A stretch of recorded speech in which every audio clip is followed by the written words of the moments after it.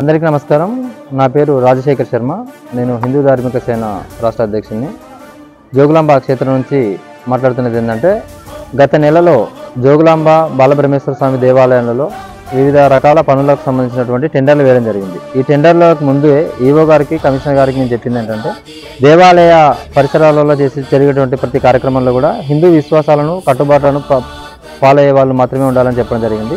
ఆ ఉద్దేశంలో భాగంగా ఏదైతే 8వ తారీఖు టెండర్లు జరిగాయో, టెండర్లు జరిగినప్పుడు అందులో కూరగాయలకు టెండర్లు వేసినటువంటి వాళ్ళలో ఒకరు అన్య మతాన్ని విశ్వసిస్తున్నారు, వాళ్ళు కట్టుబాట్లకు ఉన్నారని చెప్తే నేను దాన్ని ఉద్దేశించి ఈవో గారికి రిటర్న్గా కంప్లైంట్ ఇవ్వడం జరిగింది. ఏమంటే, ఈ టెండర్లలో పాల్గొన్న వాళ్ళు ఎవరైతే ఉన్నారో వారితో పాటుగా అందరి మీద హిందూ విశ్వాసాలను, ఆచారాలను, కట్టుబాట్లని ఫాలో అయ్యే వారికి మాత్రమే దేవాలయంలో అవకాశం కల్పించి హిందూ మనోభావాలను, ఆలయ ప్రతిష్టను కాపాడాలని చెప్పడం జరిగింది. ఇందులో భాగంగా మేము ఏదైతే కంప్లైంట్ రిటర్న్గా రాసిచ్చామో దాని మీద కొంతమంది వ్యక్తులు ఉద్దేశపూర్వకంగా ఆలయ ప్రతిష్ట దెబ్బతినే విధంగా, దేవాలయ గౌరవాలని కించపరిచే విధంగా, హిందువుల మనోభావాలని లెక్క చేయని విధంగా ఈవో గారి మీద, టెంపుల్ మీద దుష్ప్రచారం చేయడం జరుగుతుంది. దీన్ని మేము పూర్తిగా ఖండిస్తున్నాం హిందూ ధార్మిక సేన తరఫు నుంచి. ఏంటి అంటే, ఇన్వెస్టిగేషన్ చేసిన తర్వాత మాత్రమే వాళ్ళ మీద ఏదైనా చర్యలు తీసుకుంటామని ఈవో గారు మాకు చెప్పడం జరిగింది.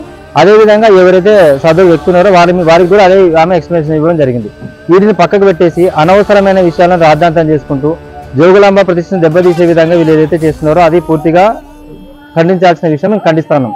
ఇంకొకటి ఏంటంటే, మేము ఏదైతే వాళ్ళ మీద అబ్జెక్షన్ చేసామో అది కూడా వ్యక్తిగతంగా ఏ కులాన్నో, ఏ మతాన్నో, ఏ వ్యక్తులనో ఉద్దేశపూర్వకంగా చేసింది కాదు.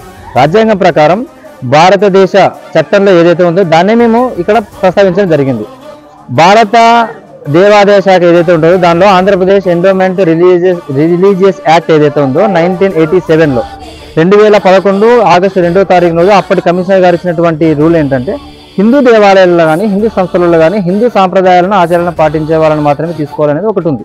దాని ప్రకారం ఇంకొకటి ఆర్టికల్ 26 మరియు ఆర్టికల్ 16/5లో కూడా హిందూ దేవాలయాల్లో కానీ, హిందూ సంస్థలలో కానీ, హిందూ ఆర్గనైజేషన్లలో కానీ వాళ్ళకి నచ్చిన విధంగా హిందూ సాంప్రదాయాలను పాటించే వాళ్ళని మాత్రమే పెట్టుకునే పూర్తి స్వేచ్ఛ, బాధ్యత, హక్కులు వాళ్ళకు ఉంటాయి.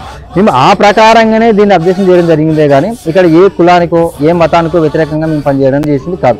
కాబట్టి అందరికీ తెలియజేస్తున్నది ఏంటంటే, అనవసరమైన విషయాలను రాద్ధాంతం చేసి జోగులాంబ టెంపుల్ ప్రతిష్టను దిగజార్చే పనులు ఎవరు చేయొద్దండి.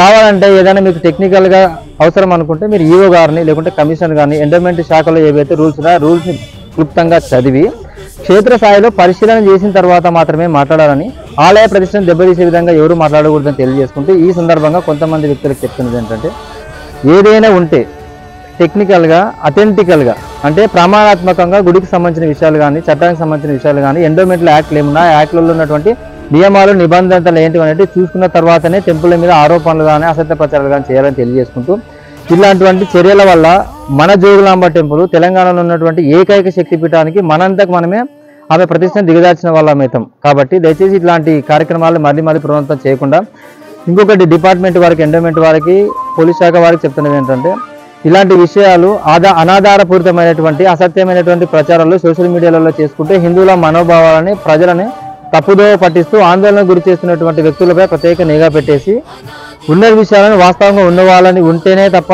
అనవసరమైన విషయాలను సోషల్ మీడియాలో పెట్టిన వారిపై ప్రత్యేకమైన నిఘా పెట్టి వారిని చర్యలు తీసుకోవాలని కోరుకుంటూ హిందూ ధార్మిక సేన తెలంగాణ శాఖ తరఫు నుంచి కోరుకుంటున్నాం. జై శ్రీరామ్, జై జోగులాంబ.